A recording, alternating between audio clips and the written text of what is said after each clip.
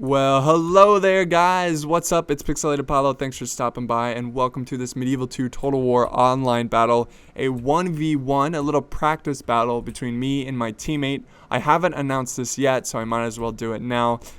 I formed a team with Emperor of the Great Unknown. We're going to play in a 2v2 Realism tournament hosted by Captain Invisible. I have a link to his channel if you haven't heard of him or haven't heard of the tournament. Basically, it's a tournament with very strict rules that will bring more realistic armies to the battlefield. So you'll see more like levy spearmen, peasant archers, Italian militia. You'll see more cheaper units on the battlefield, which I thought was a really cool idea, so I went ahead and signed up. And this is me and Emperor Great Unknown just practicing, trying out different army comps, and it's really fun. It's a really cool idea.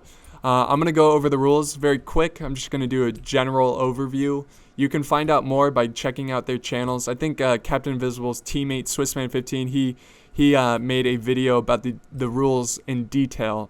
So basically, we have Emperor Great Unknown commanding the English here, and I'm commanding the Venetians.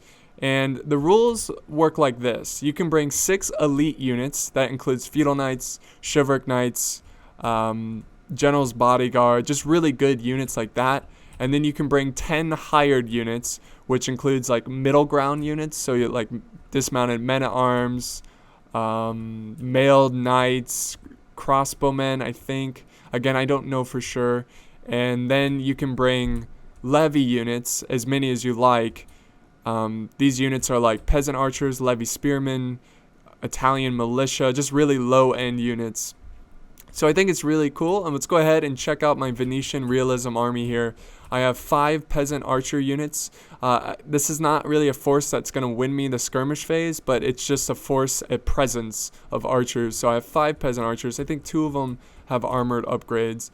And looking at my heavy infantry, I have 3 dismounted men-at-arms. They are hired units. And I have 1 dismounted feudal knight, which is a elite unit. And behind them, I have 2 pike militia, and they are levy units, I do believe. And looking way over here on my right wing, I have 3 Italian militia, which are all levy units, and they're very heavily upgraded with armor and attack. Now looking at my cav, I have a general's bodyguard, which is elite, and I have 2 knights hospitaller. Now this is against the rules. I forgot and I made a mistake. You can only bring 1 order unit, so that includes Templar and hospitaller. I brought 2. Oops, didn't mean to. Anyways, moving on. I have 1 men-at-arms, which is a hired unit, and I have 2 strads, which are allowed in this tournament, but they're considered elite. So they're taking 2 elite spaces. Now that's pretty much my realism Venetian army. Let's check out Emperor Great Unknown's realism army. He's got 4 yeoman archers. I do believe they're hired. So he's bringing some really good archers. And he has 2 levy spearmen, which of course are levy. And he's bringing some good heavy infantry. He's got 2 dismounted English knights, which are elite. He has, let's see, 1, 2 units of armored swordsmen, which are elite. They're equivalent to chivalric knights. And he has, let's see, 1, 2, 3 heavy buildmen, which I think are hired. They could be levy, I don't remember, but I think they're hired. So he's bringing a very strong infantry force. And for cav, he's got a general's bodyguard, which of course is elite, and he has 3 demi lancers, which are hired, I do believe. I don't remember exactly. Let's go ahead and play this, though. I don't want to talk too much. Let's get to the battle. So looking at the 2 armies, I have a better cav presence than Captain Invisible, but he has a better archer / infantry presence. So I have to do very well with my cav. And this one, we can go ahead and fast forward, because at this point we're just checking out each other's armies and making sure we didn't break any of the rules. Which of course I did break the rules, because I brought 2 order units, which I completely forgot about. There's so many rules, it's hard not to break them. But yeah, right now we're just like talking about strategy and stuff like that. So here we go. We can go ahead and do normal speed. Moving up the archer force. Again, they're not going to win this engagement. They're not going to beat levy, or they're not going to beat yeoman archers. And look at this. He's pushing forward his cav. I guess protecting his infantry from charges. And he has his general over here on his flank. Actually, you know what? I'm going to go ahead and do slow motion because I have to tell you about this guy. This guy, he's like the world's fastest archer shooter. He can shoot the most arrows in an amount of time, and nobody comes close to him. Now, I'm a big fan of archers and the history of archers and stuff, and this guy will make Legolas look like a noob, basically. He'll look like a bad archer, because Hollywood and stuff like that, they have it all wrong. They show the archers grabbing one arrow from their quiver at a time, but back then, historically, they would have about 3 to 5 arrows in their hand ready to go, and they fire one at a time. That way they can fire multiple volleys very, very, very fast. So basically, I think at this point in this kind of skirmish, they wouldn't shoot as fast as they can because they want to be accurate, you know. But here comes a cav charge from Emperor Great Unknown. But basically, they wouldn't really use their quiver. They wouldn't take one arrow at a time and fire at the enemy. Also, you know how if a unit is charging, like this cav unit after archers, they would fire so many arrows so fast. I mean, Total War, it's a game, they have limitations, but their volleys are super slow compared to what actually happened in the real world. Like, if they try to charge the archers here, well, maybe not the peasant archers, because they're peasant archers, they're not well trained, but if you had well trained archers, they would get like 5 volleys off on this cav charge and just destroy this cav. So I think that's really interesting. I'll have a link to the video I saw of this guy. He is amazing. And you know how they say that splitting an arrow that's already hit a target is the ultimate shot? Well, this guy can split an arrow while the arrow is coming towards him. So he splits an arrow in mid-air. It is ridiculous. I've never seen anything like it. He makes Legolas look like a fool, but and it's completely real. It's unbelievable. But let's go ahead and go back to this battle. I just wanted to say that because I thought that was really cool. So there's a link to the video. So if you guys want to check that out, it's a little history video, and also it shows this guy who's amazing. So he's charging into my archers, and I'm using my Strad units here to protect them. This can be a little risky because I'm losing Strad to archer fire from the enemy, but I am protecting my archers. Again, it's not a big deal that I'm protecting my archers. And over here, I'm charging in my very elite cav and surrounding his general. And I don't know if he just missed this or he was looking somewhere else, but I have his general trapped in here. And then he's going to charge his demi-lancers into my general. So we do have a little cav engagement here. And I'm keeping some of my cav at bay. And there we killed the general, which is pretty huge. And then I've got Strads coming in. So here he's going to like counter charge. Again, peasant archers, I don't care if he kills them. And I've got my pikemen moving forward, trying to get some kills off the cav. But it looks like I only got like 4 there, so not the best. So we've got some crazy cav stuff going on. I'm going to slow it down here a little bit. Now this is a big mistake by me. My micro here was pretty bad. So my general is fighting this dismounted English Knight unit, which you never want your cav fighting a dismounted English Knight unit. And then he's going to send some levy spearmen to support him. So I was desperately trying to get my general out of this engagement as quick as possible because this is just death. But he was just stuck in here. It was horrible. And look, he's already bloodied up and dead. Oh man, that was so fast. Don't get caught up with dismounted English Knights with your cav. It's very, very bad. So that was a smart move there by Emperor the Great Unknown. Now he's moving forward his armored swordsman. And another cool thing about the realism is that fire arrows are going to be very effective because there's going to be a lot of militia on the field, and fire arrows destroy the morale of your troops, and militia, they do not have good morale whatsoever. So it's going to be pretty important. It's going to bring some different strategies to the battlefield. And now I'm moving forward my heavy infantry. I'm feeling pretty good. I think my heavy infantry will do pretty well. You know, the feudal knights especially.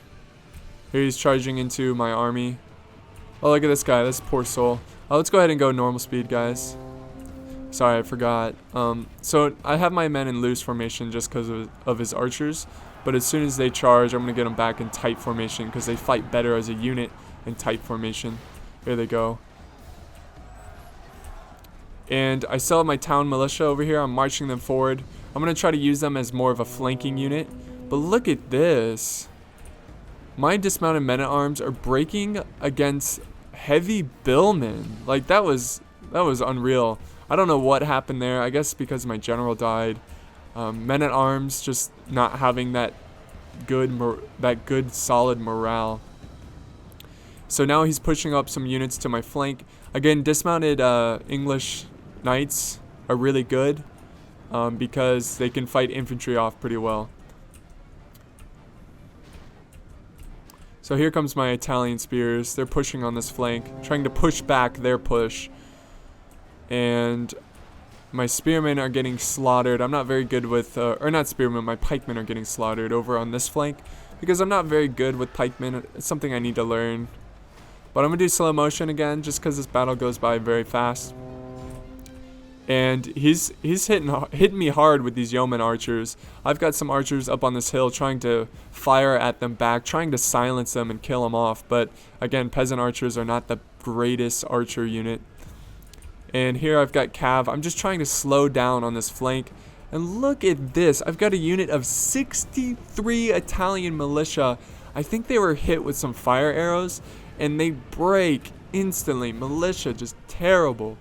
So that's going to be pretty important to know. And to be careful of, you know, those fire arrows.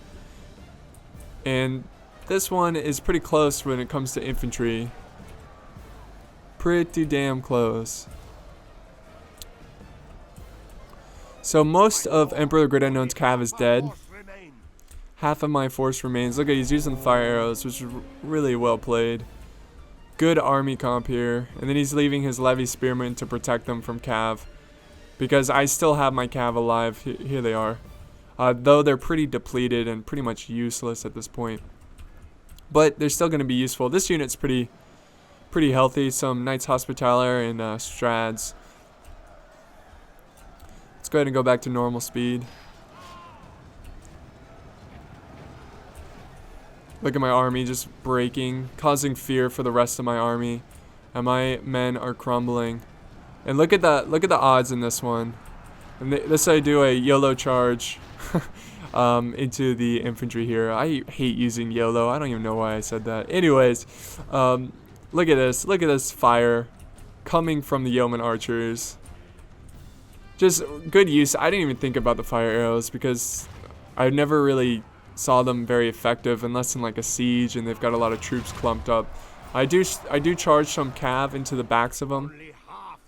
But look at that guy. Jeez, what a badass. He just destroyed my Cav. Now he's sending in his spearmen. And now I'm going to go micro over here and I completely forget about that Cav. He's got some heavy buildmen fighting my archers. And then I have some dismounted men-at-arms that return from routing. And they're going to come back into this fight. Here comes more Italian militia. Again, most of my troops are returning to the battlefield. And look at the balance of power. It's slowly going back into my favor. So this is a very close match. Here's some Italian militia fighting against, you know, some armored swordsmen. So I'm pretty impressed by their bravery here, but it's not going to be enough. I'm just trying to slow them down. Oh, look at this. Dismounted men-at-arms, a unit of 36, and I can't believe they shattered like that, but they are returning. But the problem is that once a unit breaks and they come back, they're not nearly as good. Their morale is like half as what it used to be. And we have more breaking Italian militia. I don't think Italian militia is really worth it. Just any unit with militia is just not very good, and their morale is pretty crap. So it's kind of hard to tell what's going on because our colors are very similar. But basically, I'm slowly coming back. Now it's a little bit more in favor of Emperor the Great Unknown. But I'm slowly coming back here as Venice, mostly because my army is returning from, you know, them breaking. So it's kind of like having reinforcements, I guess. And my general is going wild, or my general's bodyguard, trying to take out these yeoman archers. Look at that. Now he's just firing into his own unit. But look at the balance of power. Balance of power again. It's slowly going back into my favor. So this is a very back and forth game, but overall it's been mostly in Emperor Great Unknown's favor. So Town Militia, just trying to put any kind of resistance. Right now what I'm doing is I'm sending the shattered units that return back into the battle and getting my peasant archers to kill as many troops as I can from afar. And I'm using fire arrows. We were talking during this battle, me and Emperor, and he was talking about how he broke my units with fire arrows. I was like, oh, that's a great idea. Like, I should do that too. And of course these are armored swordsmen, so they are pretty elite, and they're not going to break just a couple volleys of fire arrows. But they are breaking now. They are winded. They're tired, actually, and they're routing, which is good. And now I'm doing a charge into the yeoman archers, and look at this. He's out of infantry. He is out of infantry. The only problem here is that I'm out of cav, so I'm going to have to charge the units here as quickly as possible and try to prevent as many volleys as I can. Let's see, what does he have left? He's got 2 yeoman archers, and that's it. He's got 2 yeoman archers. Oh, actually 3. This one's about to break though. Here they go. And now I'm quickly trying to send forward my archers. I've got 2 peasant archers left. I'm going to send them forward up on this hill and try to get some good volleys. Sadly, this unit returns from breaking. You want to make sure you completely shatter and destroy a unit while it breaks so it doesn't return. And this is not going to be good. Armored swordsmen, very good unit, and they're going to shatter some of my units. I'm focusing them down with fire arrows, just trying to get them to break, but it was too late. And now I'm charging into the yeoman archers with the dismounted men-at-arms. They're winded and they're wavering. They're not going to last very long. And that's the last of my heavy infantry. So this is what it's down to. We've got yeoman archers charging me, charging my poor peasant archers, and I'm just trying to get a volley off as quick as possible. There we go. Come on. They can shatter, they will break. Just believe. One more volley. See, at this point, if this was real, they'd be like, they would be on their 4th volley at this point. They haven't even shot 1. They could do it in seconds. Archers were really, really skilled. If it was a good unit, of course, if they were well-trained professionals. But I wish they had some sort of special ability where you could do like a quick volley, because it makes sense to do slow volleys, when you're shooting from very far distance and trying to be accurate. But when a unit is like 20 feet away and they're charging you, you would get off as many volleys as you can. So I really wish they had that in this game, where you could have some sort of quick volley where it makes them less accurate, but it's best used when they're really close to the enemy, because archers, they did fight very close in battles to enemy infantry in cav or whatever. I really wish the new Total War games, I think they do have a quick reload, but it's not nearly as quick as it's supposed to be. But of course it is a video game and you need balancing and stuff like that. But a very close game here. He killed a lot more than I did, about 200 more. But a very close one nonetheless. I hope you enjoyed this, and I hope you root for us in the tournament. Hopefully we can get very far.